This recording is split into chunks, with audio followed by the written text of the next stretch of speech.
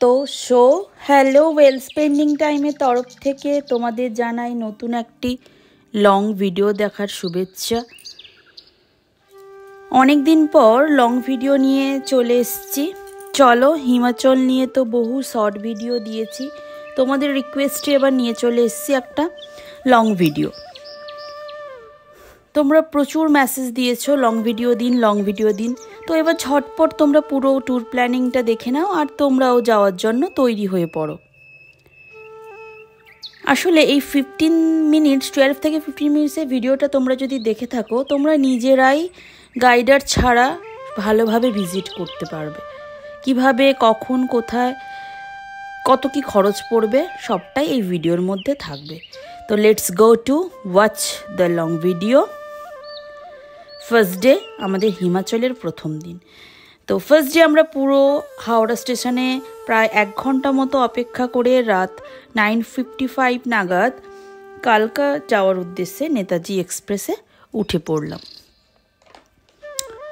Ticket number অনুযায়ী next যেটা কাজ, টিকিট নম্বর অনুযায়ী আমরা সিট অ্যারেঞ্জ করার পর সবাই মোটামুটি ম্যানেজ করে বসলাম, কারণ আমাদের সিট সবার একসাথে ছিল না।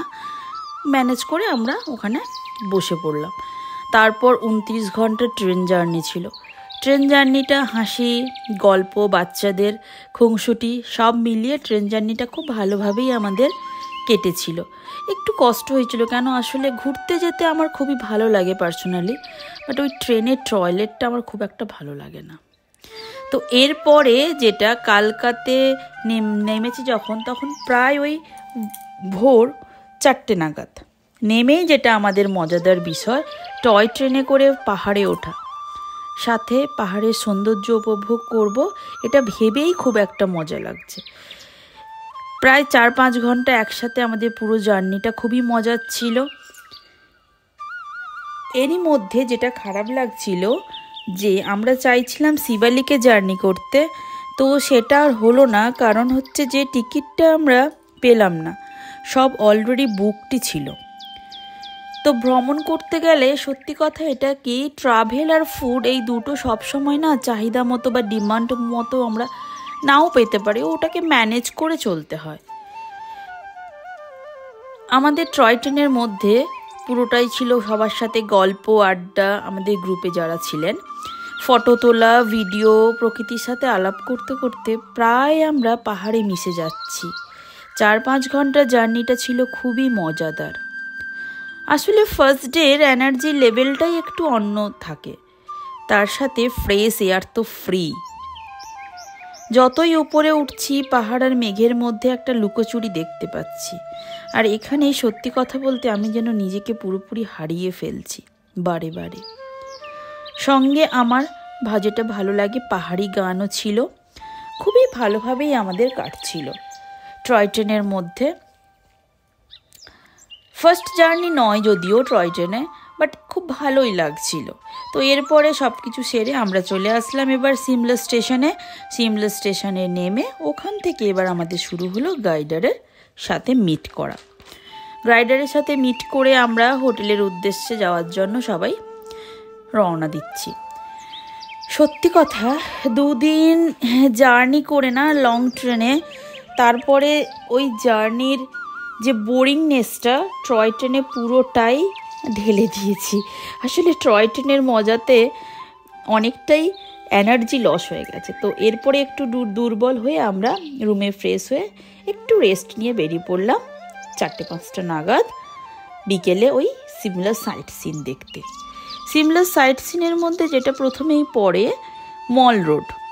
মল রোডে আমরা যখন পৌঁছই ওই প্রায় ধরো সানসেট টাইম 4:35। সমতল থেকে অনেকটা উঁচুতে উঠে গেছি অলরেডি। তো সমতল থেকে এতটা উঁচুতে উঠে সানসেটের সৌন্দর্য মাখা এই মল রোডটা, দৃশ্যটা একটা অপরূপ সুন্দর ছিল। রিভার সাইডে সানসেট দেখেছি, তার রূপটা অন্য ধরনের, বাট পাহাড়ি হিল স্টেশনের সানসেট টাইম দ্যাটস ডিফারেন্ট। আসলে এটা কথা সত্যি যে man-made things always lost to nature's beauty, we know that. এরপরে আমরা চললাম 3 ইডিয়টস শুটিং স্পট দেখতে। অ্যাকচুয়ালি এখানে এই শুটিং স্পটটিতে, যেটা এরপরে আমরা দেখাচ্ছি, তো এই শুটিং স্পটটিতে বেশ কয়েকটা মুভি শ্যুট হয়েছে। তার মধ্যে যেটা খুবই পপুলার আর ফেমাস সেটা হচ্ছে 3 ইডিয়টস সিনেমাটা। যেই প্লেসটাতে আসার পরে আমার নিজেকে মনে হচ্ছিল অল ইজ ওয়েল। আসলে সত্যি কি আমাদের লাইফে সব কিছু অল ইজ ওয়েল হয়? বাট করে নিতে হয়। তো ওই সময় সব কিছুই লাগছিল অল ইজ ওয়েল। কেন বললাম? আসলে প্রায় আফটার 2 আওয়ার্স পরে পাহাড়ে এসছি। পাহাড়টা আমার খুবই পছন্দের জায়গা। এতদিন পর এসছি তো যেন নিজেকে মনে হচ্ছে সব কিছু অল ইজ ওয়েল। বিকজ একদিকে বিজি লাইফ পুরো ছেড়ে দিয়ে এখন পুরোপুরি আমরা আলাদা একটা মুমেন্ট। তো এই স্পটে আরও বেশ কিছু সিনেমা শ্যুটিং হয়েছে, সেটা বলেই দিলাম। তো ওই দিন না মল রোডে সোনিয়া গান্ধী এসছিলেন, তারই একটা ব্যবস্থার সমাপ্তি পর্যায়গুলোর কিছুটা অংশ আমরা জাস্ট দেখলাম।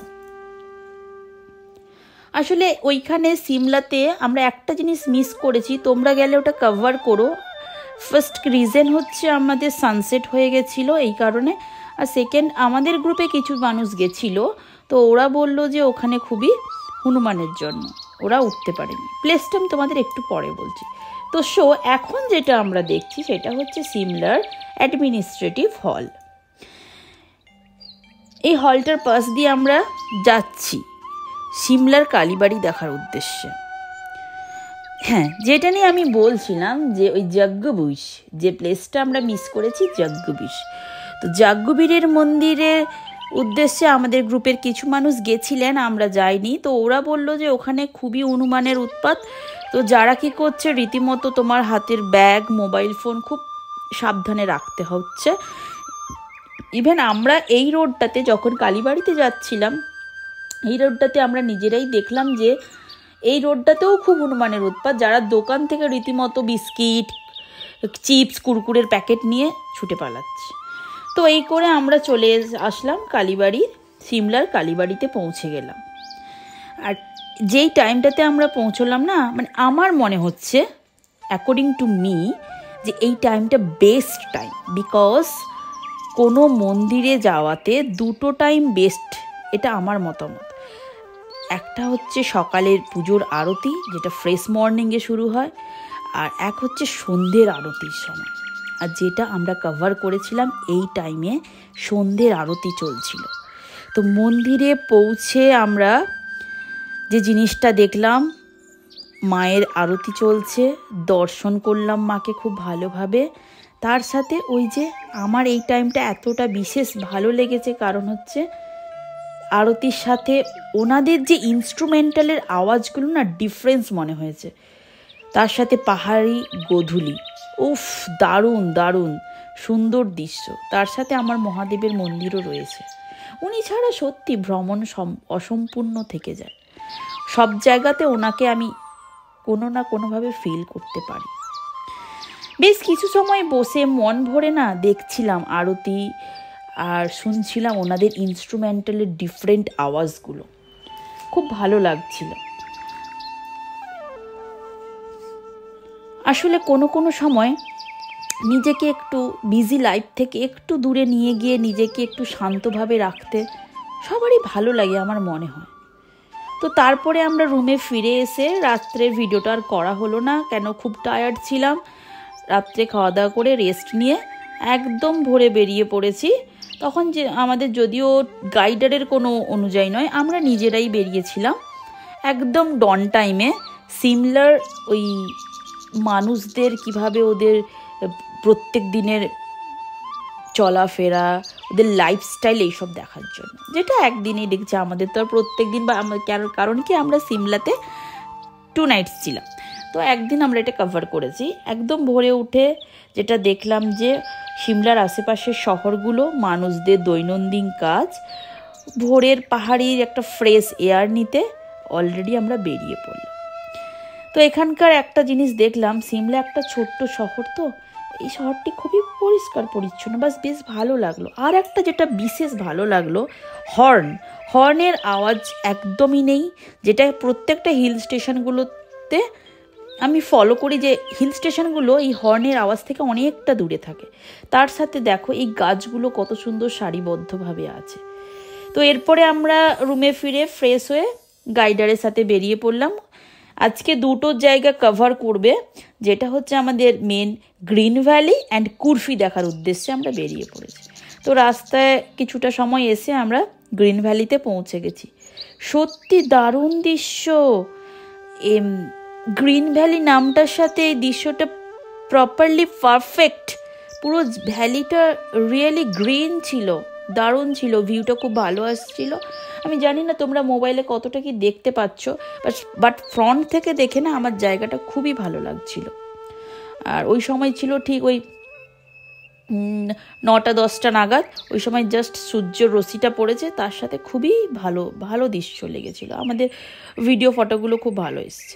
তো ওখান থেকে এসে আমরা যেখানে পৌঁছলাম এটা হচ্ছে কুরফি। আজকের গ্রিন ভ্যালি আর কুরফি এটা সেকেন্ড ডেস্টিনেশন। কুরফিতে এসে আমার যেটা মনে হয়েছে পার্সোনালি, আমার সবার নাও মনে হতে পারে, কুরফিতে এসে যেটা দেখলাম না, এখানে না পর্যটকদের পুরোপুরি একটা ঠকানোর ব্যবসা চলে। পার হেড কাউকে কাউকে বলছে 2000 করে। ওই যে ঘোড়াগুলো দেখালাম, ঘোড়াগুলোতে করে ওপরে নিয়ে যাবে, যেটা সিমলার টপ পয়েন্ট, টেলিস্কোপ পয়েন্ট, ওখানে নিয়ে যাবে পার হেড 2000 করে। ওখানে নিয়ে গিয়ে ওর মধ্যে ওরা সব অ্যাক্টিভিটিগুলো করাবে। আবার কাউকে মানে ডিফারেন্স দাম বলছে, সবাইকে এক দাম বলছেন না। এই ব্যাপারটা আমার মনে হলো যে এরা পুরোপুরি ব্যবসাতে নেমেছে। তো তারপরে আমরা তো কাটছাট করে মোটামুটি ওপরে ঘোড়াতে চড়ে ওপরে উঠেছিলাম। ঘোড়ায় চড়াটা আমাদের কাছে এই একটা ব্যাপার খুবই অ্যাডভেঞ্চার লাগছিল, যে ঘোড়ায় চড়াটা আমার কাছে ছিল একটা অন্যরকম একটা অ্যাডভেঞ্চারাস মুমেন্ট। তো ঘোড়ায় চড়ে আমরা যখন ওপরে উঠে আসলাম না, টপ মুমেন্টে আসলাম, সত্যি বলতে কি কিছু না ছিল না তেমন যে কিছু দেখার আছে, যে খুব একটা অ্যাক্টিভিটি আছে তা নয় কিন্তু।